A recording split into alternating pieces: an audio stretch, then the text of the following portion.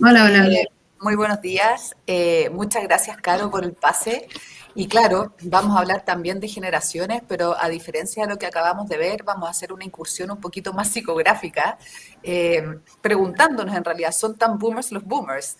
Desde el punto de vista que, bueno, el spoiler es que en realidad es una generación subestimada y es un momento súper histórico y particular donde los boomers y también la tercera edad coinciden. Por lo tanto, es como un doble estudio, en el fondo, un estudio sobre tercera edad por una parte y un estudio sobre la generación boomers en Chile, porque en realidad no se puede extrapolar lo que nosotros podamos ver de los boomers acá que en otros países.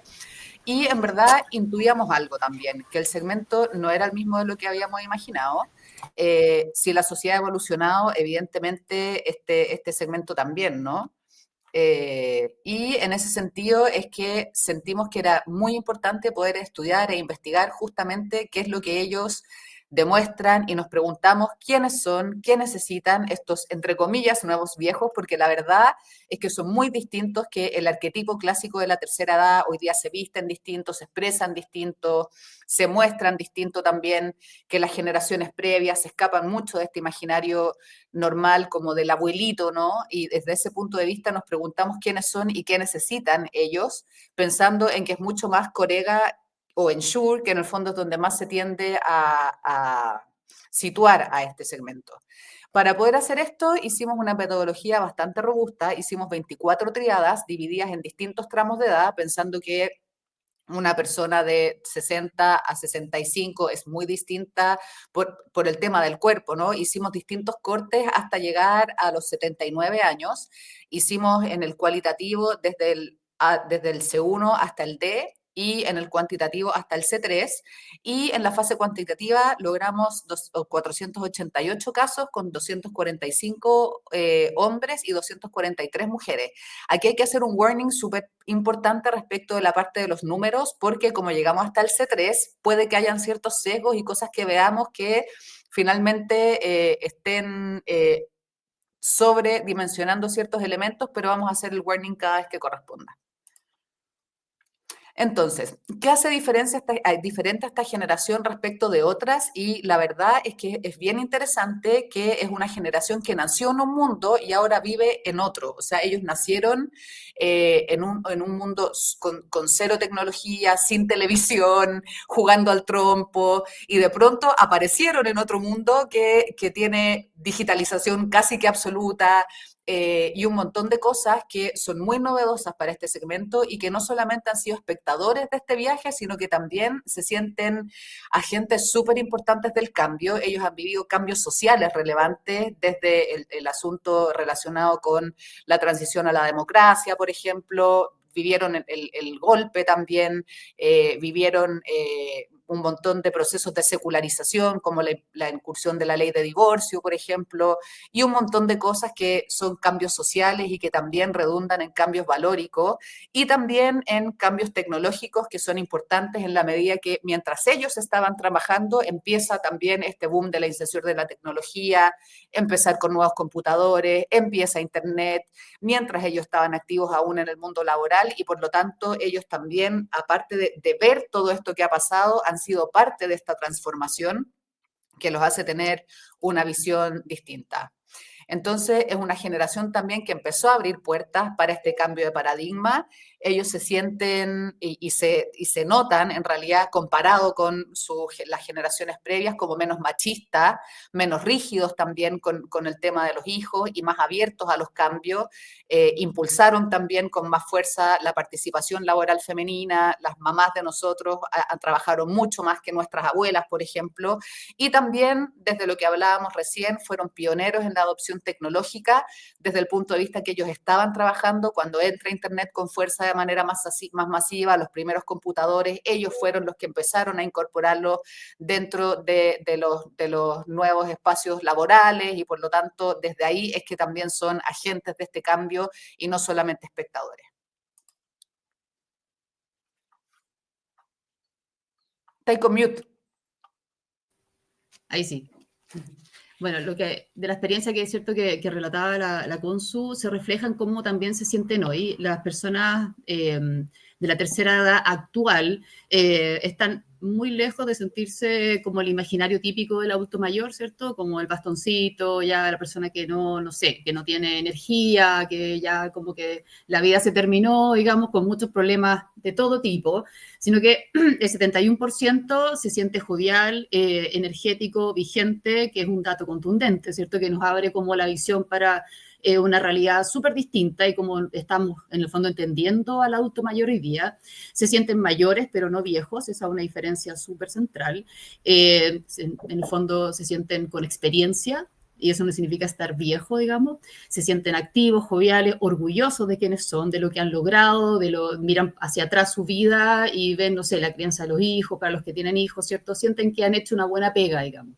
Sus canas y arrugas suman más que restan. Entonces, como les decía, estamos frente a una redefinición completa de lo que significa envejecer hoy en día.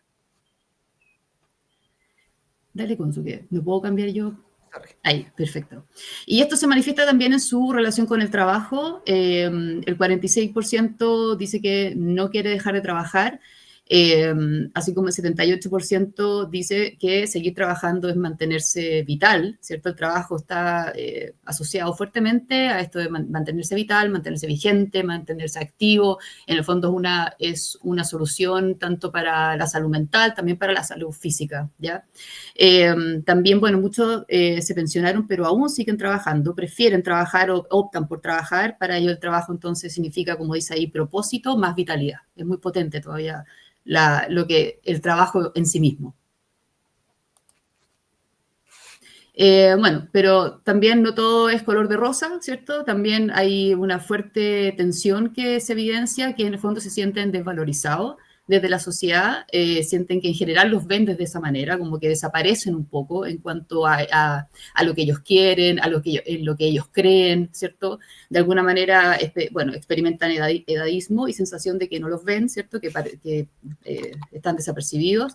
Y para ellos también algo que es muy potente es que sienten que se han ido perdiendo valores que para ellos constituían algo central, valores centrales. Por ejemplo, el respeto, la consideración por el otro, el respeto en el trato, y también la familia considerada por esta generación como un valor. Eso es muy importante, que también lo veíamos en la presentación de las colegas anteriores.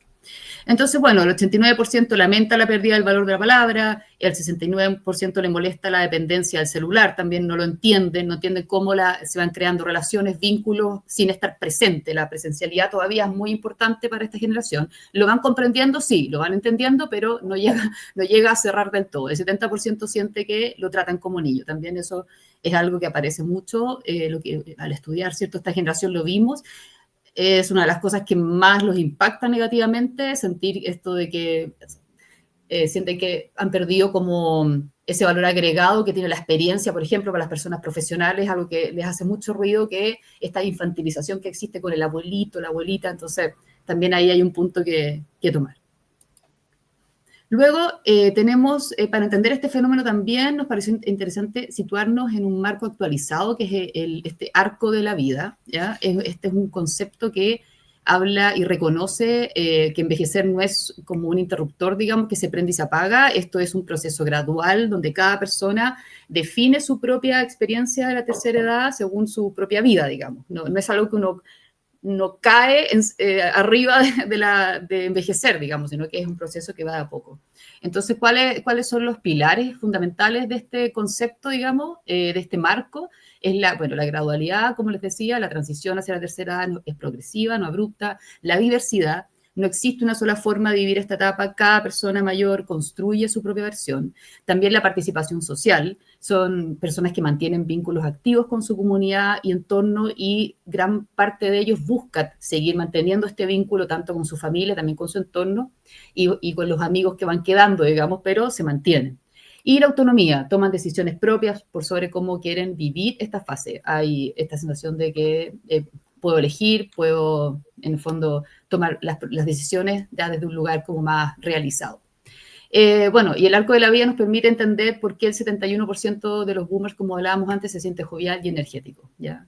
Desde ahí podemos ir dando como luces, desde este concepto de ir progresivamente entrando en esta etapa. Y bueno, Este es un fenómeno que está en desarrollo aún y avanzando, pero todos vamos para allá. Es una de las pocas certezas que tenemos en la vida, que todos vamos, bueno, los que alcancemos a llegar, pero se supone que vamos a ir todos hacia allá.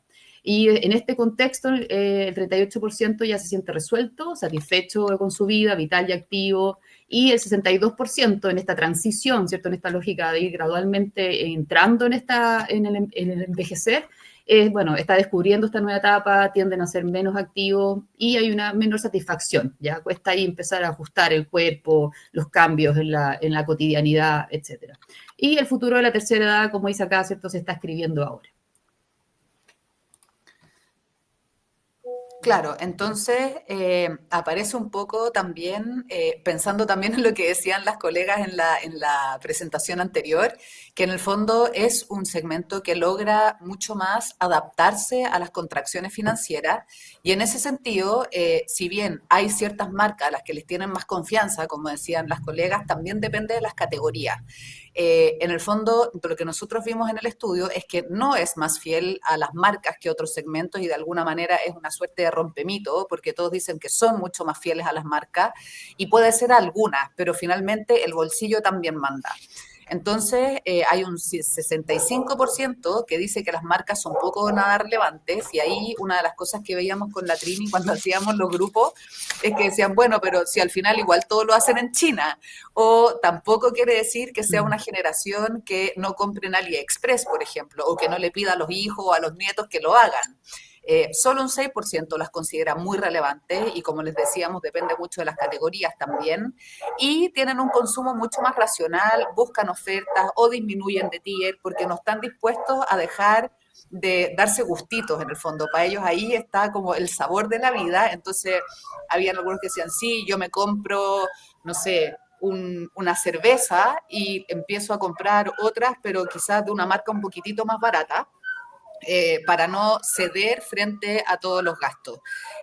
Por otro lado, ¿en qué gastan en general? Bueno, salud, que yo creo que es algo que todos tenemos más o menos claro, indulgencia, que es lo que les decíamos, les gustan los gustitos, y son cosas pequeñas, disfruta con lo simple, veíamos que gastaban en golosinas, en galletas, en chocolate, en vino, y para consumo personal, ¿eh? No consumo para necesariamente otros. Experiencias para ellos también es muy importante, juntarse con amigos, juntarse con la familia, salir de vez en cuando, viajes dentro de Chile o fuera de Chile los más acomodados.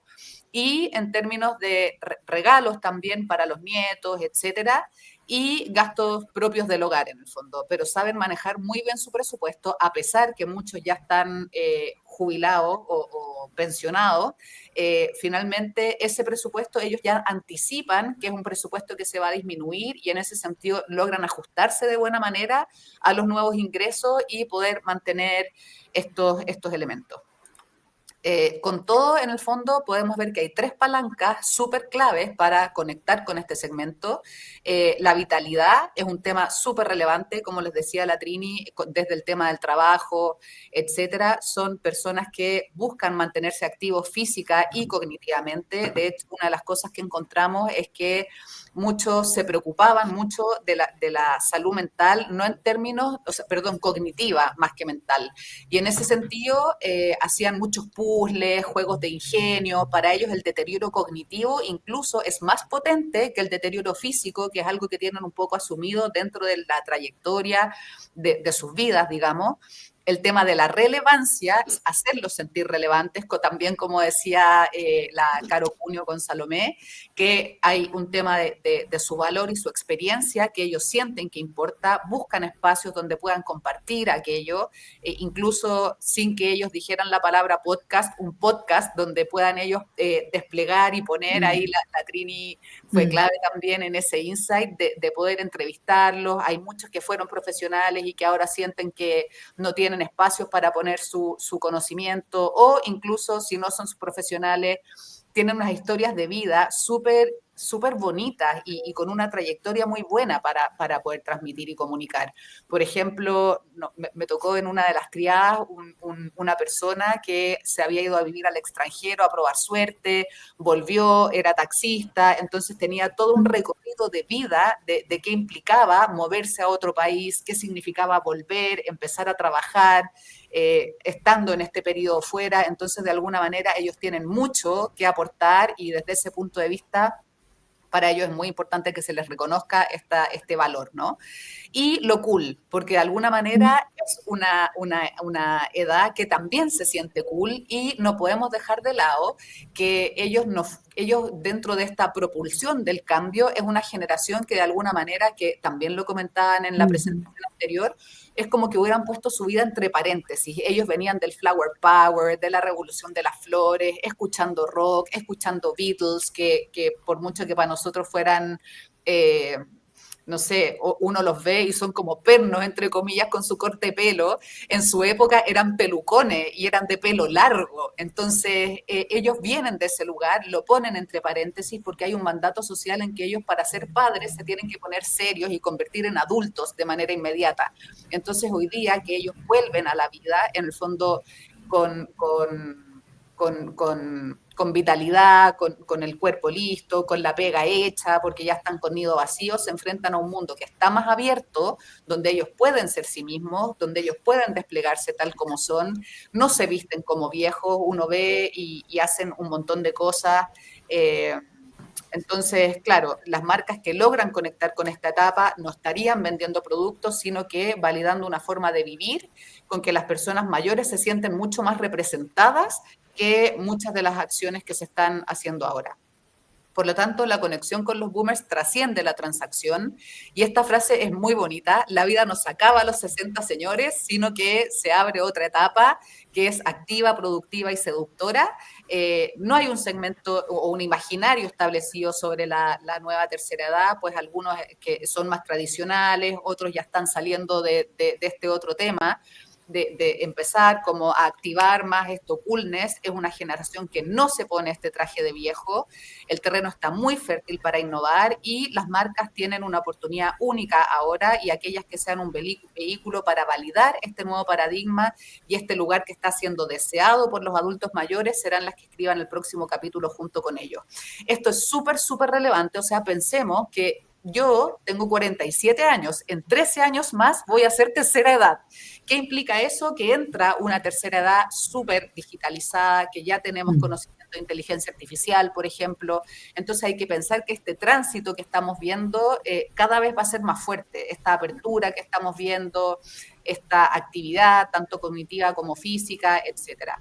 Entonces, no es una generación que espera adaptación de las marcas, necesita sentirse representada desde su realidad actual, romper estos estereotipos anacrónicos, respetar su autonomía en vez de infantilizarlo, ser un facilitador en su vida en vez de complicarla, visibilizar su mayor experiencia como valor, también comunicar desde dignidad y desde orgullo, integrar bien lo físico y lo digital de una manera inteligente para que ellos puedan adaptarse.